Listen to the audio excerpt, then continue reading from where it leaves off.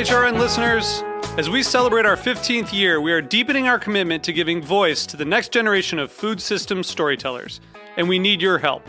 Our internship and fellowship programs help activate new possibilities for underrepresented and underestimated young people through experiential journalism, audio engineering, and production training. Through these unique programs, HRN helps food equity stewards build essential workforce readiness skills that expand their potential and foster economic mobility. Please consider supporting these critical programs. And with a minimum donation, you can be entered to win a dinner for two at an amazing restaurant in one of 8 cities and tickets to a concert at a great venue in one of those cities. We have incredible partners across the country who have donated, as they also share our passion for helping to educate the next generation of food systems storytellers. Check out heritageradionetwork.org/15 to donate and enter to win today. That's heritageradionetwork.org/15 to donate and enter to win today. And make sure you donate before March 31st. Thank you. You're listening to Heritage Radio Network. Since 2009, HRN podcasts have been exploring the wide world of food, beverage, and agriculture. Learn more at heritageradionetwork.org. Today's program is brought to you by Korin, a supplier of Japanese chef knives and restaurant supplies. For more information, visit korin.com. This episode is brought to you by Wisconsin Cheese. We've been making cheese in Wisconsin since before we were even a state, which may be one reason why we win so many awards for it. It's what happens when a whole state dreams in cheese. Find your next favorite cheese at wisconsincheese.com.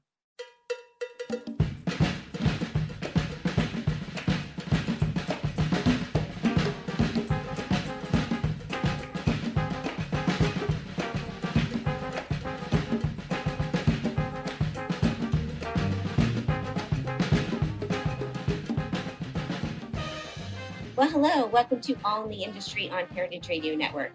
I'm your host and producer, Shari Bayer, and it is Thursday, February 8th, 2024, and this is our 379th episode of this series, which is dedicated to behind-the-scenes talent in the hospitality industry. This show will be broadcast next week. So today I'm on location with 2 executive chefs at their world-renowned restaurant in New York City's Hell's Kitchen neighborhood, and I'll introduce them fully in a moment. First, as I do in every show, I will start out with my PR tip, and then later we'll have my speed round game, industry news discussion, solo dining experience, and the final question. As the founder of Bayer Public Relations, I'm going to tip the show off with my PR tip of the week. So today's tip is to be adaptable. Yes, have flexibility.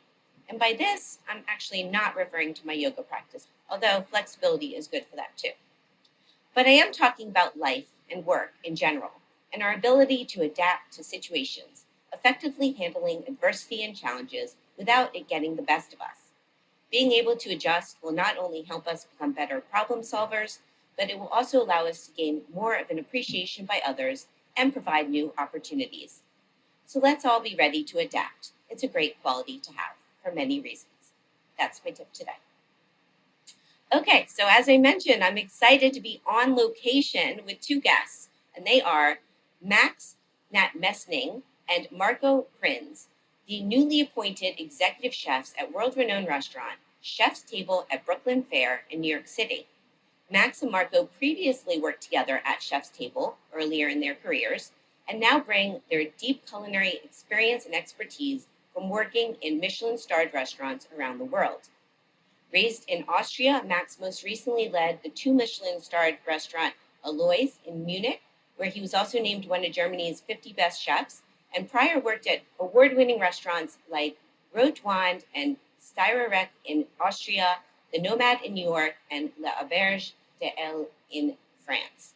Originally from Holland, Marco previously served as the executive chef at Ukio in New York, which was awarded a Michelin star under his tenure, and multiple 3 Michelin-starred restaurants in Europe, including Park Heuvel and Oud Sluis in the Netherlands and Zilt in Belgium.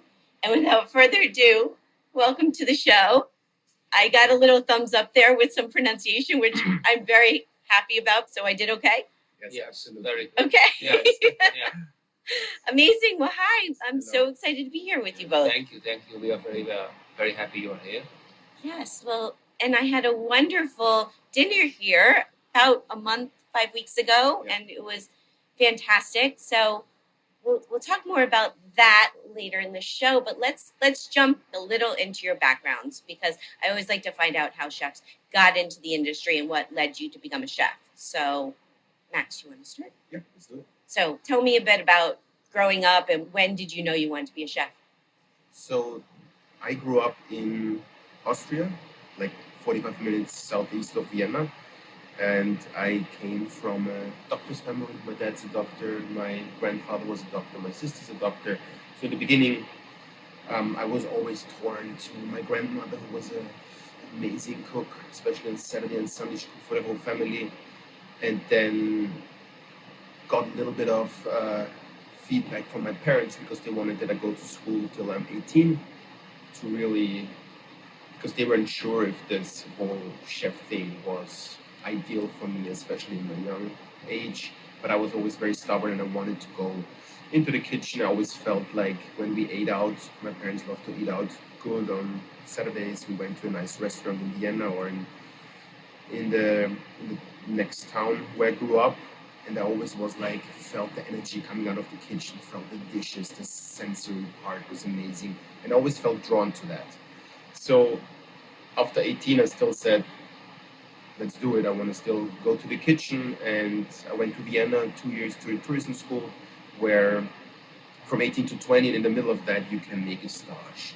And everybody went as a bartender or, I don't know, something random. And I picked the 2 Michelin star restaurant, the Auberge de Lille, which you mentioned before. And that really opened the door. And the chef was really showing me the French way of cooking. And still that day, I think about this one lobster dish he made, which was amazing. And after those 2-3 months, I went to Restaurant Steyrek, which is also the 50 best. And Heinz Reitgau told me, yeah, you can start in the kitchen, but don't expect too much because you don't have a culinary background. And I was like, let's do it. I'm super up for it. And 2 years there, I totally loved it. And there was always coming up this news popping up from Holland, from this amazing, talented chef with 3 Michelin stars, 20 points out of 20, Go Mio. And I said, I have to go there. I have to check that out. In the beginning, I went there, worked for free for 3 months. And all the friends, all the cooks I worked with at Steyrek said, yeah, you're going to be back in 2 years, in 2 weeks. And this made me even, the fire burning me more stronger. And I proved them wrong, and I just stuck around there. And that's actually where I met Marco. Oh. So this is where our story began. Good segue. Yes, absolutely. Yeah. So, Marco, what led you to working there? Take us back a little bit. I am from Holland, as you know, and I grew up in a small town in a region where all the produce, glass houses are from. So we have amazing flowers there, amazing vegetables, amazing produce. I'm a son of entrepreneurs. My mom and dad had their own company, so they were farmers, flower farmers. And I grew up on a farm, so we had our own chickens, sheep, we had horses. We also grow our own vegetables. The neighbors had another vegetable. They traded. And I fell really in love with those flavors. They are like, they're taking me back. Like you can almost not find it anymore, those kind of flavors, really local food style. And at that time, I always was cooking a little bit with my mom or paying attention to her. She was a very good cook. She used amazing products. And they were big foodies. They always went out together. Sometimes we also were joining. We went to great restaurants. And then I said to myself, I want to become a cook. Yeah. And at that time, there was my first, in the Netherlands, there's like the education. You go 1 day a week to school, and the rest of it you find a location, a restaurant, where you learn how to cook. And this guy, he took me, the owner of the restaurant, to Reims. It's the Champagne region where all the champagne is from, in France. And it was such an amazing experience, an eye-opener for me. So we ate that day a lunch in a 2-star restaurant. We drank the whole day champagne. We went to the champagne houses. And I thought wow, I love the energy that is here in the restaurant. I love how they cook, how they present the food, how passionate about it. And this guy, he really, he taught me about the Michelin guide. And he said if you really want to become one of the best or a good chef, you need to start finding, a spot to work in one of those restaurants. And that's, how I started. And it was not easy. I'm talking about 20 years ago. and people lined up to work in those places. So, or even, you know, they hired four students and only 2 survived. So it was like, you know, it was tough, but, you know, I put my head down and did my job, and now I'm here. So I'm very proud of that. And also, like as Max already mentioned, I worked at Restaurant Oudsluis where we met. At that time, there was like one of the hottest restaurants in Europe. It closed down because the chef owner, it just became too much because it was such a creative place at that time. You know, it had 20 points, Gold Mayo, 3 Michelin stars. All the best chefs from the world traveled especially to that place because that chef, Sergio Herman, he was overflowing from creativity. It was very, you know, it was not easy. We made many hours there during the day, but the team effort we had there, and it was going to war together. Yeah, it really formed, you know, our mentality to do this kind of job on the highest level. And as I already mentioned, it closed down in 2013. I visited New York really on a city trip. I love the energy here, and I thought like I want to go 1 year to New York. And it was I did that on a student visa, and I started here in the city at 11 Madison Park. Oh, I missed Yes. that in the bio. Yeah, yeah. But I don't mention it because I only worked there for 6 weeks because Okay. it was like not my like, you know, I didn't like it that much. My opinion. They have an amazing, you know, quality of food. They have an amazing, you know, organization. But I was like always working in smaller restaurants, familiar, like, you know, more as I already mentioned before. That made me, you know, apply for the job at the chef's table at that time in Brooklyn. And around what year was that? Like 2013, 14? 2013. Yeah, I started in the chef's table in Brooklyn Fair, in the old location. Yeah, I dined there once because I was looking back. It opened, I believe, in 2009. Yeah. And for people who are not familiar with it, it's in, and we're still right now, we're in a grocery store in the back. It was part of a grocery store called Brooklyn Fair in Brooklyn. And the time I went, it was still BYOB or BYOW, you know. So it was very early on. And I dine a lot solo. And I remember they wouldn't take solo diners at the time. Yes, So I went with a friend, and I had an exceptional experience. It was like 25, 26 little bites. And it was really wonderful, extraordinary. And I kind of savored that experience, and I hadn't been here, even though I knew the restaurant had moved to this location from Brooklyn to Manhattan. But I've like always had that experience, and now I have your experience of dining here, which I think is also so special, and it was like absolutely fabulous meal. So because you guys worked together in Europe, and then did you just coincidentally come across each other working at Brooklyn Fair? Or No, was it's that a very plan funny. where you like, hey, why don't you join me We here? followed the restaurant already here. When we were working in the Netherlands, we were always talking about when big cities, the Michelin Guide came out. We remember till the day of yesterday that we were talking about the chef's table because they received 3 Michelin stars. Yeah. And it was so special because you could not find a lot on the internet. You know, you didn't really know what they did. It was like part of a grocery store, so it makes it very, you know, unique. And we already like mention it. And then, as I said, I moved to New York, and Max also he moved to New York. I started at Daniel Ham, but I, you know, moved into the chef's table.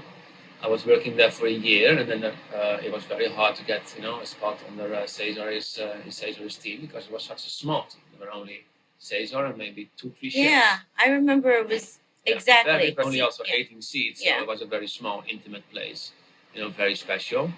And then I remember there was a spot free, and I said, you know, because I knew Max, I have a guy really interested to work here, so that's also like how Max joined the team again, and then we worked for many, many years together.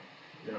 So I came to the city because we had a lot of stagiaires in Holland, and one of them was Austin Johnson from One White Street. Oh, Yes. I've dined at their downstairs, not the upstairs, but it was wonderful. Yeah. I'm meaning to go back. Such a nice concept. Yeah. And he was the reason, because he started in Holland, and he was back in the day working at 11 Madison Park. He was like, he wanted to open the Nomad under Daniel Hum. And he told me, you want to join the team? And I said, yeah, I haven't heard about New York. I want to check it out. And then I went there, Worked there for a year. Met my lovely wife, who also works here now. Yes, And I was happy to meet her the other night too. exactly.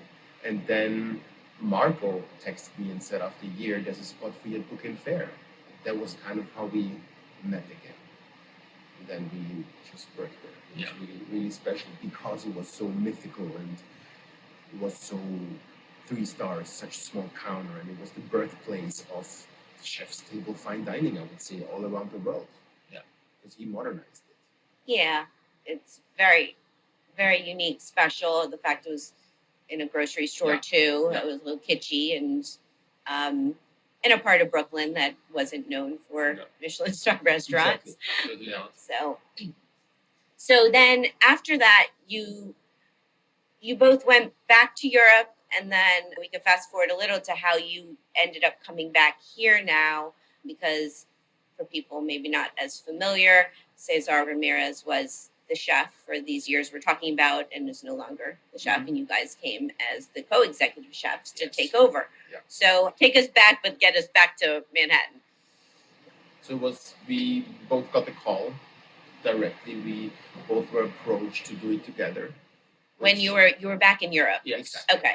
That's what you mean, right? Yes. And then shortly before, and then he approached us, and we were like, "This is super smart. Yeah.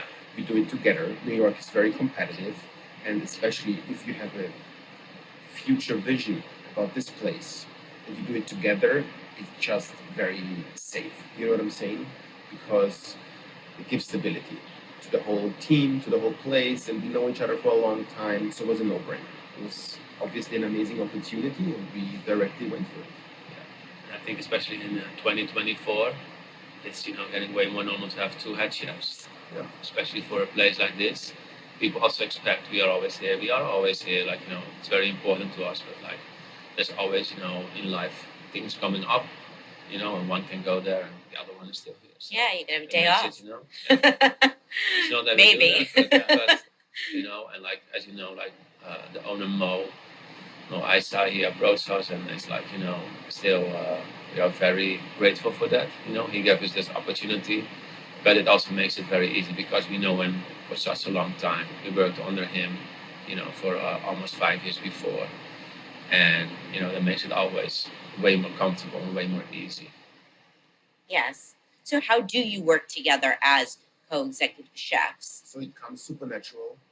Marco does his thing, I do my thing, and then we all meet up here and prepare everything for the dinner service. Yeah. And everything comes very natural. When we create new dishes, we brainstorm, and we absolutely want to involve the team so they feel special, they feel incorporated in this very important moment of creating a new dish. And because I can learn from them, they can learn from us. We have all seen different things, techniques, and it all comes very natural, to be honest. Yes, and it's really a team effort.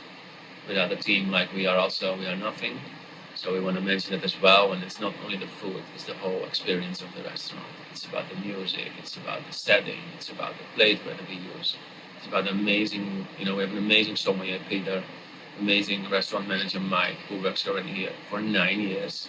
So, and also everybody stayed, the whole team, they stayed with the transition when we fly in from Europe, and we took over. So it's for us very important that everybody is really a part of that team. It makes them at the end of the day also very proud. We can learn from each other. Of course, we are, at the end of the day, we are the one that's responsible. We are the chefs, but we really we take them into the story that we are creating. Yeah. Well, it was so beautifully orchestrated, I would say, dining at the chef's counter, which is half the restaurant, most of the restaurant is around this beautiful open kitchen. And it was pretty amazing to watch you and your team work, because you just kind of magically created one of the courses and then cleaned up. It was almost disappeared, it was a clean kitchen again, and then you kind of swooped in and boom, boom, boom, created a second course, and it was like a ballet almost. And it's kind of amazing how very quiet too, the communication, because I've way back in the day worked in kitchens, and the culture was loud and a little chaotic, and this was not loud or chaotic. Yeah. It was really beautifully orchestrated. The food was exquisite. So how do you define your menu now, and compared maybe to what the original days of Brooklyn Fare, going back like 15 years ago, what Cesar was his menu, and how do you deal with customers or guest expectations? Is it a mix of like new customers and also people who maybe were familiar with the other place? So my questions are like, define your menu now, like how you would describe it, and the expectations with guests coming in, how you're dealing with that. We definitely we respect this restaurant, and we it's like a certain way how we do things here, and like also how we talk. Like the former chef says, we talk us different things. We work with the best ingredients. We have the most beautiful plate tour, most beautiful wine list, and that we definitely want to keep up. So we're also keeping that up. Yeah. We create the dishes together, also with the whole team. We work honestly very seasonable. Like we got a message today that the first white asparagus are coming out, and we get creative about that. We're going to create a dish with that, or the morel mushrooms, or we change the proteins here and there when they are in season. But very important is that you have to respect the past. You have to respect the success story of this restaurant. Had 12 years, 3 Michelin stars, so you cannot directly, when we come, change the whole menu. We both, Marco especially, worked 5 years under Cesar. I worked 3 years under Cesar, which is a very, very long time. And there's not a lot of chefs who stuck around for that long of time. So all the dishes, of course, the spirit is still there. But the most important thing is that we have our own European DNA on the dishes, that you can really tell the difference. But the spirit needs to be preserved. You know what I'm saying? Yeah, otherwise the core guest who come here, they would be kind of shocked a little bit, if you know what I'm saying. So we try to balance it out in that way. And most of the people, they love the food. We have the direct customer feedback. They love it. They love the atmosphere. They love the warmth, which is really important for us to transport via the front of the house. Everybody, like Marco said, they stuck around throughout the changes, and they're really proud to represent us. This really makes the whole experience very special. Yeah, well, you're doing an outstanding job. It is a very special experience, and also your menu is a little more seafood driven, I believe, which but that's I'm also a seafood lover. Where we're known for. Yeah, like we are known for the Japanese products. That didn't change. Like we have a guy in Shizuoka Fish Market, and we are totally in contact with him. He chooses for us the best sea urchin, the best tuna, the best madai. I can keep going and going. But for example, we also serve now turbo from the Netherlands. That's like really my heritage. It's the king of the sea, they call it there. It's super, super exclusive. Nobody, that I know does it in the city. They are super big, and it's such a nice, privilege to work with such a beautiful product, that we do here. And the feedback from our guests is amazing about that. We are so happy also to work in an open kitchen, to have that kind of feedback, to have a little chat, to talk to the guests. Absolutely. and desserts too. Those are your dishes. Yes. Okay. Absolutely. They were also wonderful and delicious. Yeah, they should be refreshing. They should be on Not the too heavy. refreshing side, especially when you have so many courses. Yeah. You don't want something heavy, so we really try to put the emphasis on some with citrus notes or pear, sorbet, or something which just brightens up the palate. Now we make our black truffle ice cream. We serve it now because before we had a white truffle ice cream, but the season is over. And we made it from an amazing soy milk from Japan, from a small farm. So that makes it also dairy-free. Less, it's more refreshing, more light, and that goes very well in this tasting menu that we serve. Wow. Yeah. I'm looking, where's the walk-in? No, so I'm sure you're making it fresh. Well, it sounds fantastic. So let me ask you my question for my last guest on episode 378. I had on another chef. His name is Angelo Sosa. He's the executive chef at Tia Carmen and Cambara, which are both at the JW Marriott Phoenix Desert Ridge Resort and Spa in Phoenix, Arizona. I was there last weekend. I did this interview in person, which was really great. It was warm and sunny, warm-ish and sunny. Okay, so this is his question. Working in Michelin star restaurants, you're at the top of the food chain, and having a unique restaurant like Brooklyn Fare with so much notoriety and known for your innovation as well, one of the biggest things in the business or in any restaurant is chasing consistency. Consistency is the hardest. How do you maintain consistency in your restaurant? And actually, I condensed that down a little bit, but that's the gist of it. Consistency. So it speaks again for the vision of Mo, contacting the both of us. The consistency just lies in our bond we created in Holland, so that the both of us are here. You know what I'm saying? Yeah. So the consistency is we know each other. The consistency is the team stayed on, and the consistency is just that we are here every day. Yeah. And the consistency is that we have the privilege here with Mo that is supporting us endlessly. Yeah. You know, the owner of this place, and that is like really the biggest privilege we have. And that we are, you know, it's like a little gem for us. Like we buy and we get always the best product. As already mentioned before, that is the DNA of this restaurant. We cannot change that. We will not change that. And also, like our clientele, our guests, they expect that. Yeah. You know, they really expect that we serve them the best of the best. And that is like, you know, that is such a privilege. And like that's for us like a dream coming true to work here. And that is like, you know, that starts with our, you know, the vendors we work with, like they have to deliver. They have to deliver us the best product. And like, for example, if we have something that is not to our liking, or like, you know, our Japanese guys, they are like very serious about it. They say like, okay, it's not good. We cannot sell this to you. Like we cannot, you know, provide this, you know, as the mindset. We won't serve it. And we won't serve you something, or we're going to do a hiccup, or we're going to change something like just to make it, you know, make it up. You know, that's not our style. That is like how the consistency, I think, works. Absolutely. And right now you're open. It's only dinner, Yes. and it will it always only be dinner? It's not. Yeah. It feels like it's a dinner tasting menu Yeah. place, Yeah. not Sunday brunch, but Yeah. you never know. No, that's true, yeah. No, we have only dinner, but we do two seatings. So, Yeah.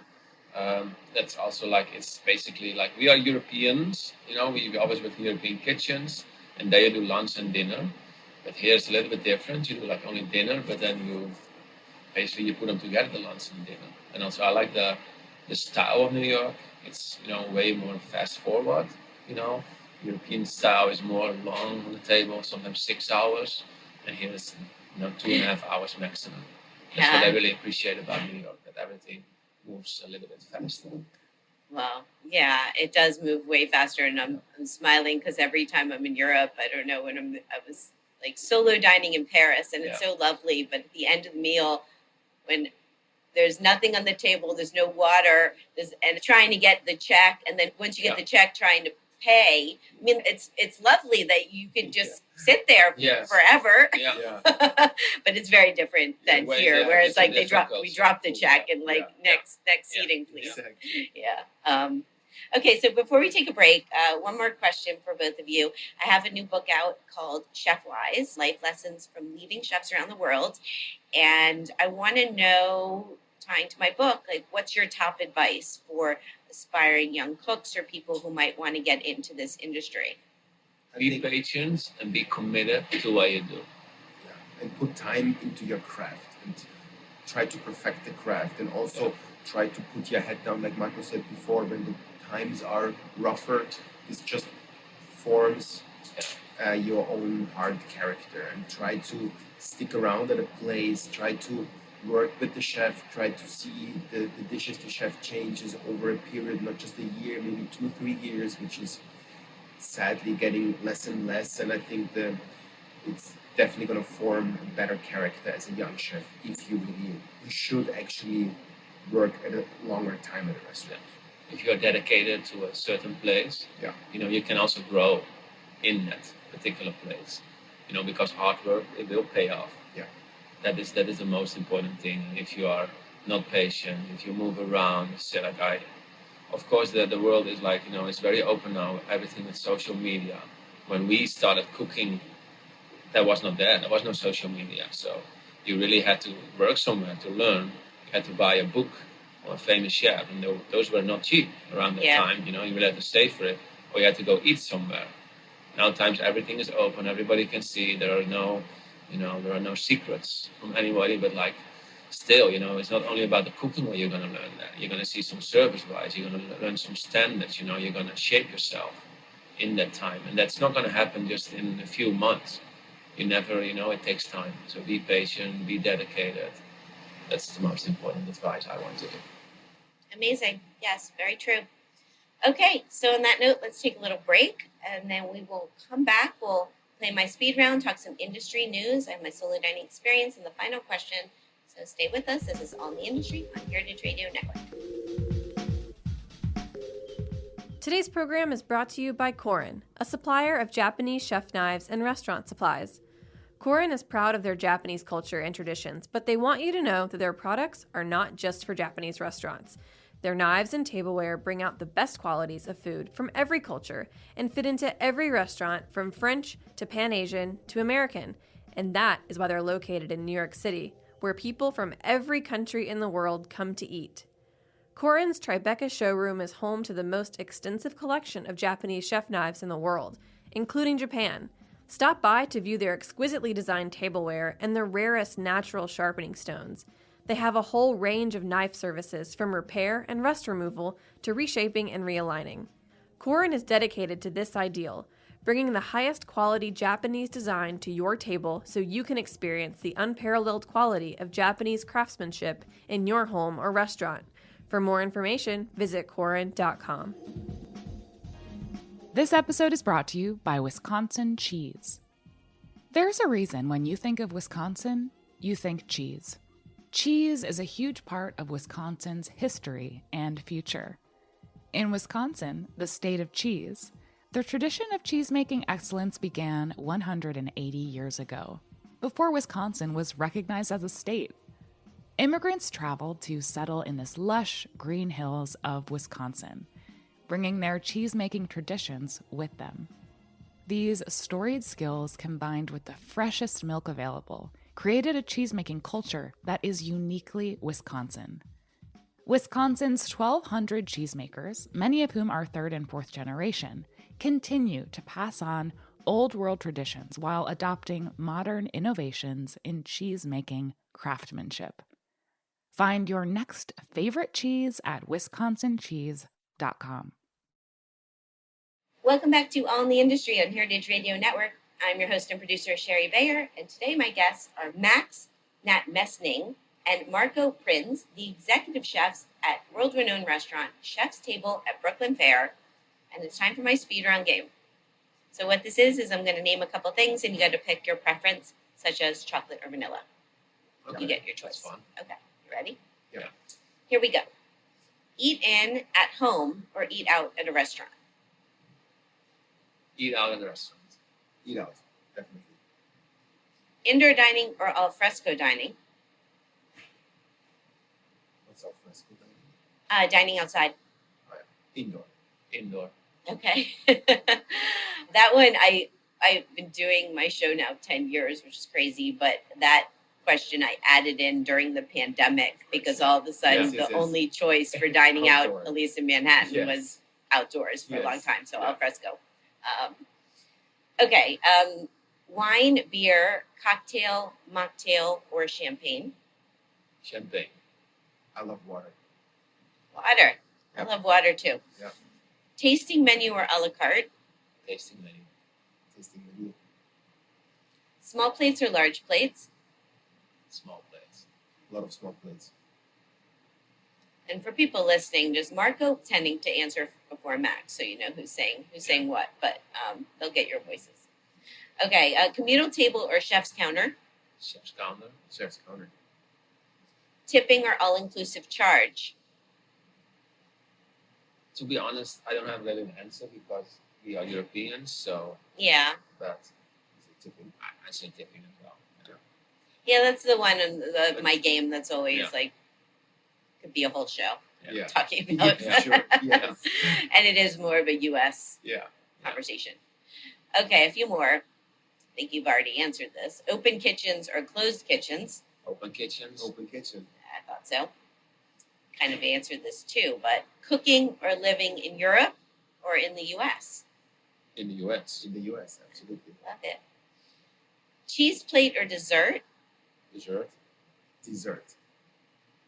Manhattan or Brooklyn is the last one. Manhattan. Ta-da! It's the game. Thank you. Well, you guys definitely have a lot of similar Yes, answers yes, there. yes. So, Makes us Yes. good partners. yes, Exactly. yes. Absolutely. Okay, so for industry news, I picked out an article on the Michelin Guide that just came out a couple days ago, and it's entitled A New 3-Star Restaurant in the Michelin Guide, Great Britain and Ireland. From great value bib gourmands to Michelin stars, sustainable green stars to special awards, discover all the new awards presented at the Michelin Guide ceremony. And this is on the 5th of February. Yeah. So, yeah, I thought, having worked in so many Michelin star restaurants, being from Europe, this would be fun to talk with you guys a bit about. I think the big news or headliner here is that the Ledbury in London now has 3 Michelin stars. It's the 9th of the 3 Michelin was added to the list, which I think is a big deal. I've never dined there. It's always been on my list, and it's still on my list. So, have you been there before? Sadly, no. But I know somebody who worked there. Well, that counts. Yeah, we all need to go. Yeah, absolutely. Happy for them. I mean, looking at the 3-star restaurants on the list, also Core by Claire Smith is on it, and I recently dined there. She's in my book, and I went for lunch, and that was fantastic. I saw the Enclume in Cartmel, that's Simon Rogan's place, and he's also in my book, and he's up at the 3 stars. She's an amazing chef. I did an internship at restaurant Gordon Ramsay, Royal Hospitality Road, a very long time ago, and she was at that time the head chef. That's Okay. how I know her. They offered me a job there, but I took another job. I went to restaurant at Silton in Belgium, but also has 3 Michelin stars in Antwerp. Yeah. So, but it was an amazing experience. It was only for like a week, but she's so driven. She's such a perfectionist. It's like, and also like I love it that more women, they're also getting into Yeah. the kitchen, and then the recognition that is very important, I think. 100%. This Claire Smith. Yeah. Yeah. It was, she's all of that. Yeah.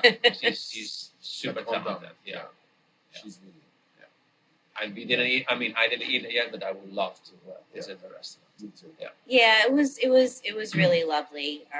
From start to finish, Yeah. you feel very Yeah. at home. So, Nice. question for you guys: like, how important are Michelin stars? Even like today, like, is it something that is always on your mind that you're going for, or is it more you just do the work and if you're recognized, you're I You're think, happy. to be very honest, it's more the second part what you said. It's more about giving the people who decide to dine with us the whole package, the same with you experience, the warmth, the feeling like at home, the very high standard of good food, the hospitality, the whole around package, and whatever comes. That's what I think. We are confident enough, and we are working so long on the highest level.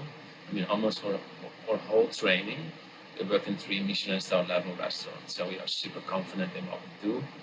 We are working together as a team, and the whole team also around it. So there's no doubt. Yeah.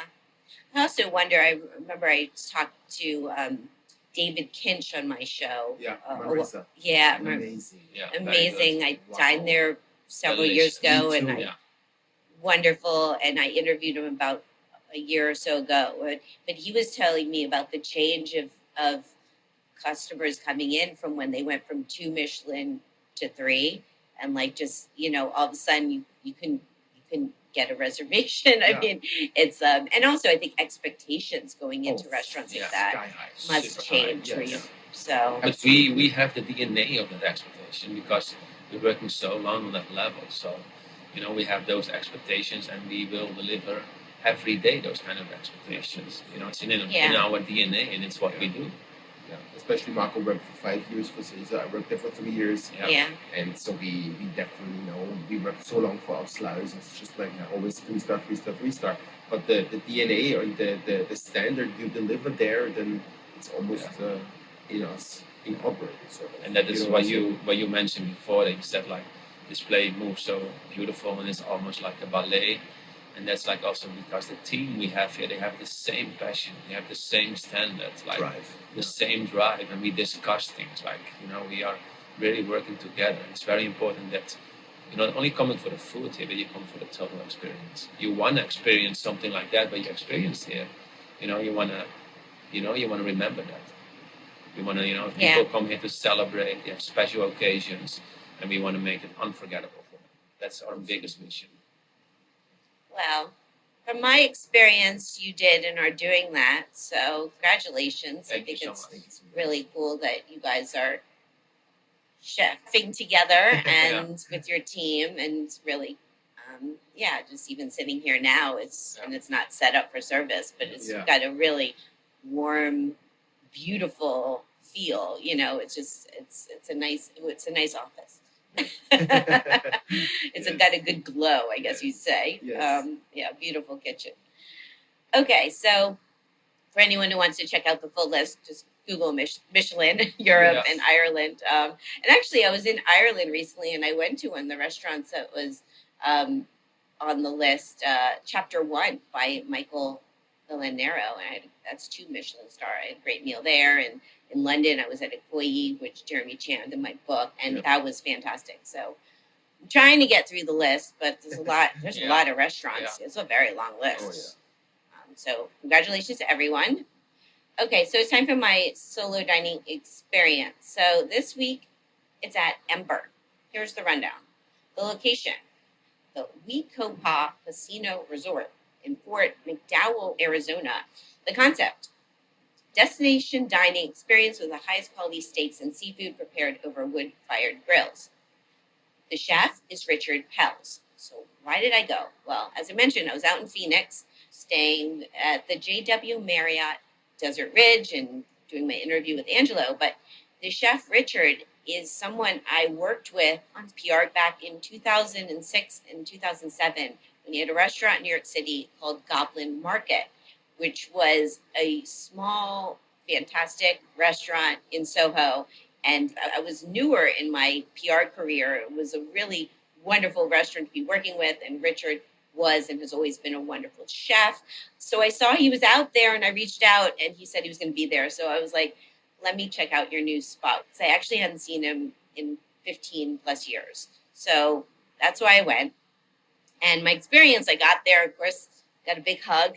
And I had a really wonderful little tasting menu. He made some dishes for me, and I was sat right by the open kitchen. Different than here. I mean, it's more of a steakhouse, like big restaurant, but it has a really large open kitchen with a chef's pass counter at the front, and so I was right there. I could watch the kitchen, and it was just really special to be there.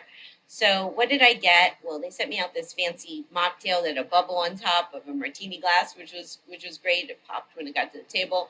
I also had a ceviche he made, and that was delicious. There was a scallop blossom, love that. Pan-seared lamb rack with a rice bean cake. I think it was called taku taku, and it had a lamb jus with it. And for dessert, there was an extravaganza, I guess you'd say. Richard and his pastry chef laid down paper on my table, like similar. He had worked at Alinea, so a little reference to Alinea, and made art on my table that was enough dessert that I think I could have shared with about 5 or 6 people. But I had my table of art, basically just like different truffles and different chocolates and different syrups all over the table. So it was super fun. So it was great. It was really special to be there. The ambiance, as I said, it's a casual but modern steakhouse. It's like brown and copper tones. There's a nice bar up front, and you do walk through a casino to get to it. The casino isn't as big as I was thinking. I was like going to Vegas all of a sudden. I was like, how am I going to find this restaurant? It's not that big, but it's a casino in Arizona. So my first for that. Okay, it's perfect for date night or dining with friends, I'd say. Interesting tidbit. So Richard regularly competes in Ironman triathlons, which is so impressive because it's swimming, biking, and a marathon. And he told me how many times. He said it like a dozen times. It's crazy. Very impressive. Personal fun fact. So when I was working with Richard at Goblin Market, we got this really nice press placement in Daily Candy, which at the time was the hot newsletter that it was very hard to get placements or coverage in it. And I think it was the first time I had one of my clients in that newsletter, and it was a big deal. And the editor was Pavio Rosati, who's become a friend of mine, and she then founded Fathom, which is a travel website. And I've now written some articles on Fathom about solo dining and travel. So everything like ties together. Nice. But Daily Candy had a really good run, and anyone who's as old as I am in the industry will know what I'm talking about. Also, when I was in Phoenix, I went to Latha, which is where Digby Stritterire, the chef, and he's in my Chef Wise book, and he's a chef from St. Croix, and he's now living in Phoenix. So I went by there, I saw him, he signed my book, I met his lovely partner, Avilia, and had a nice meal there. And across the way, it's in this historic heritage square, is Chris Bianco's original Pizzeria Bianco. So I also stopped by there. So those are my meals in Phoenix, aside from all the lovely meals I had with Angela Sosa, Tia Carmen, and Campara. Okay, so the cost of my meal at Ember, it was comped as a guest. I'm very grateful. I did leave gratuity, and I'd say the average cost of the meal, it would be between $50 and $100. Okay, would I go back? Yes. Their website is wecopacasinoresort.com and Instagram at Richard Pelz, that's Pelz, and at Ember Wico Casino Resort. There you go. Nice. Dining in Phoenix. Yeah. Nice. Sounds And- like a very nice experience. Yes. It really was. It was a reunion, and I think sometimes there's people, and I'm sure you've had this, where you don't see them for a very long time, but you can immediately Yeah. pick it back up. Yes. And that's how it was with Richard. I mean, I literally hadn't seen him in like 15 years. We have a Same bond. happened to Yeah, Marco. we have the same. And we have it with many more people. He worked in the restaurant in the Netherlands, Oudsluis, and he was so driven, so many hours, you know. It was like going to war together.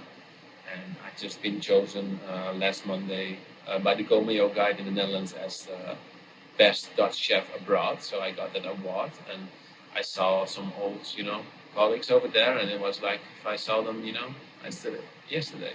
I've seen them not for Yeah. many years, but it's still the same jokes. It didn't change, you know. It was such a nice experience, and I know exactly what you're talking about before that you experienced in Arizona. Yeah.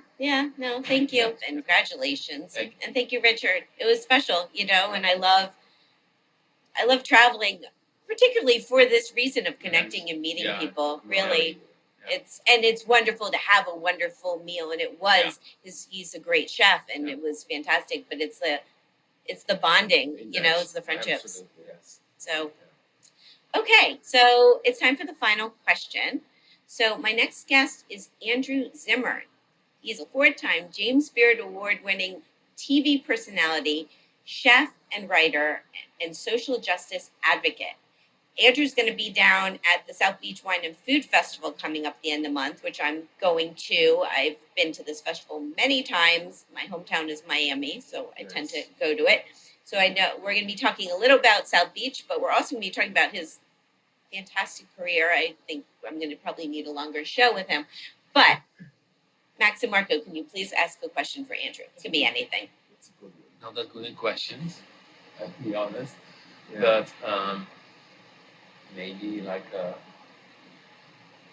how does Andrew Zimmerman's day look like?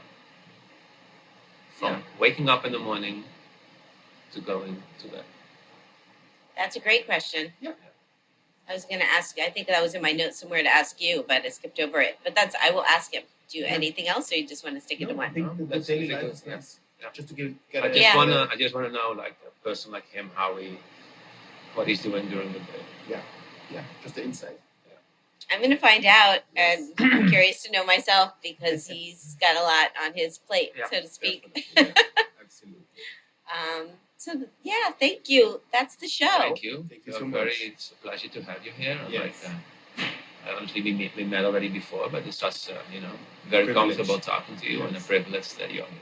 Thank you so much. Thank you. No, thank you so much. I loved meeting you when I was here Yeah. for dinner, and it was a really amazing experience, and it's wonderful to be back and learn about your careers. Thank you so And much. I wish you much success, and Yeah. hope to come back and have your food Appreciate again. it. Yeah, And thank you. Love to see you. so thank you. Yeah, thank you so much. My guests today have been Natmessnig and Marco Prins, the newly appointed executive chefs at the world-renowned restaurant Chef's Table at Brooklyn Fair. You can follow them on social media. There's Max Natmessnig at Marco Prins New York and at Chef's Table Brooklyn Fair. And their website is brooklynfair.com/chefs-table. So go to the website, you'll learn more about them. And you can follow me at Shari Bayer at Bayer PR and at All Industry. My Facebook page is All in the Industry. My websites are BayerPublicRelations.com, ShariBayer.com, and AllInTheIndustry.com. All of our shows are archived at HeritageRadioNetwork.org. We are also on Apple Podcasts and Spotify. Check out my new book, Chefwise, Life Lessons from Leading Chefs Around the World by Fiden. It's available wherever books are sold. Thanks to my engineer today, Armin. Thanks again to Max and to Marco and to the entire team at Brooklyn Fair and to Nicole Scharf and Nina Hay from Mona Creative. I'm your host and producer, Shari Bayer. I will be back with a new show next week. Hope you'll tune in then. And thank you as always for being part of All in the Industry. Bye.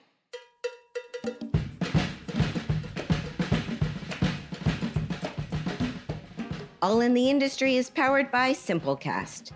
Thanks for listening to Heritage Radio Network, food radio supported by you. Keep in touch at heritageradionetwork.org/subscribe.